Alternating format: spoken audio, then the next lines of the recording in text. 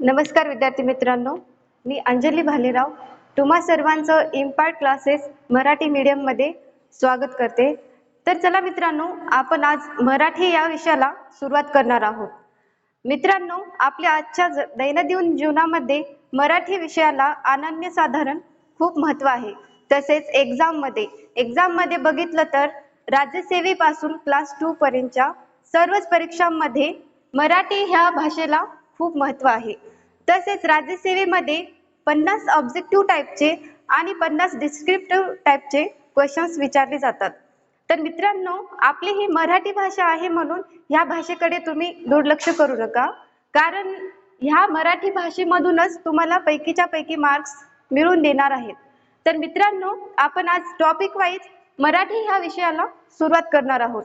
तर आजचा पहिला सेशन आहे मराठी भाषा म्हणजे काय।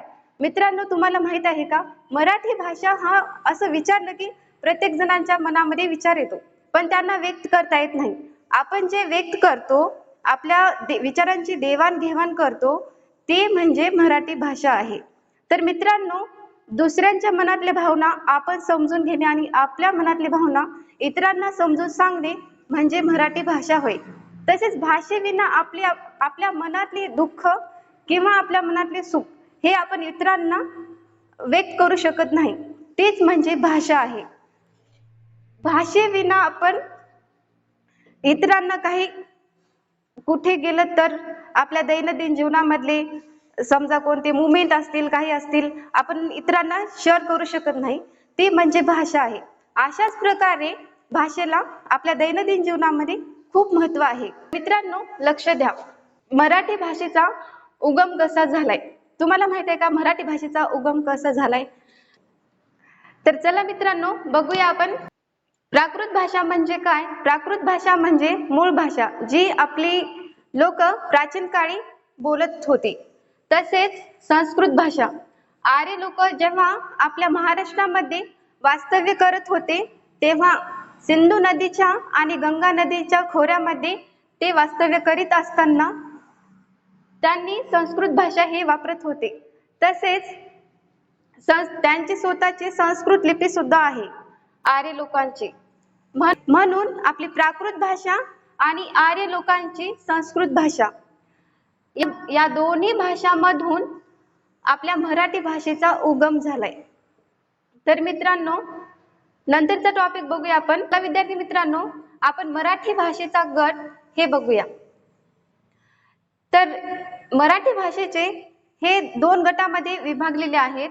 ते म्हणजे पहिलं म्हणजे इंडो युरोपियन आणि इंडो आर्यन भाषा, आणि दुसरी म्हणजे द्रविडियन भाषा।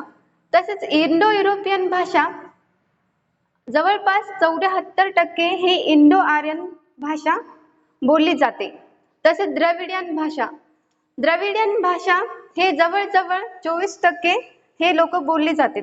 तसे त्या भाषेमध्ये तमिळ, तेलुगू, मल्याळम आणि कानडी ह्या भाषांच्या गटांमध्ये द्रविडियन भाषेची निर्मिती झाली। हे ह्या भाषांचे गट आहेत।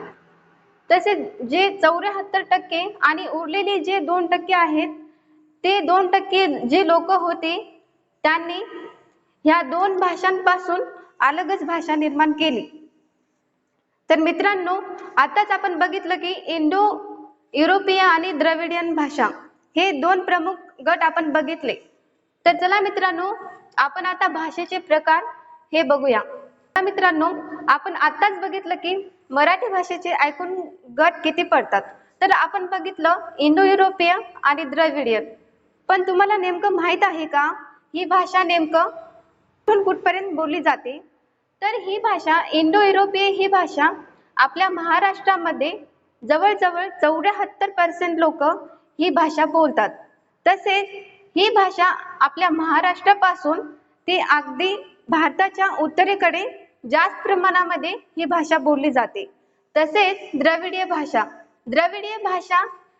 जास्तीत जास्त आणि कमीत कमी सांगायचं म्हणलं तर 24% लोक ही भाषा बोलतात।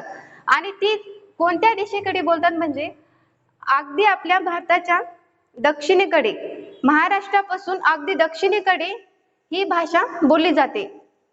आणि त्याचे गट म्हणलं तर तमिळ, तेलुगू, मल्याळम आणि कानडी ह्या गटामध्ये ही भाषा मोडते. तर मित्रांनो, आपण आता समजलं की मराठी भाषेचे गट किती आहेत ते.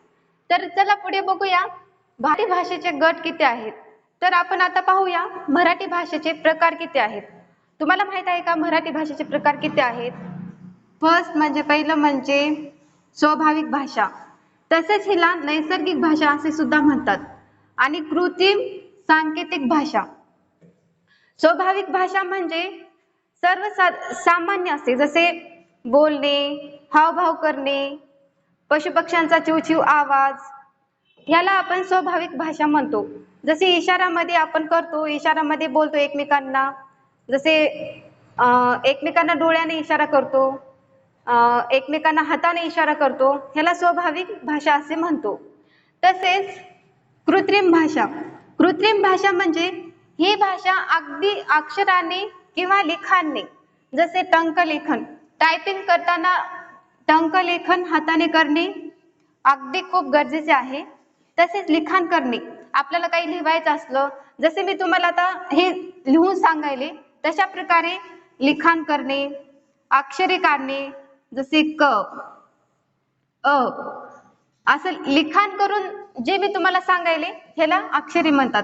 आणि चिन्हे, कोणत्या पण याचं सिम्बॉल, चिन्हे म्हणजे प्लस किंवा मायनस, गुणिले, भागिले, हे आपल्याला चिन्हांद्वारे कळते की हे प्लस आहे, हे मायनस आहे, आणि हे गुणिले आहे, हे भागिले आहे.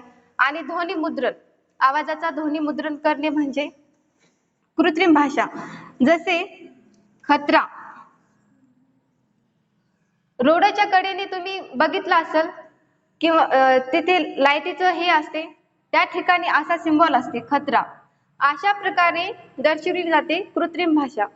तर मित्रांनो, असंच आपण टॉपिक वाईज मराठी भाषा, तसेच समोरच्या व्हिडिओमध्ये आपण टॉपिक वाईज शिकणार आहोत.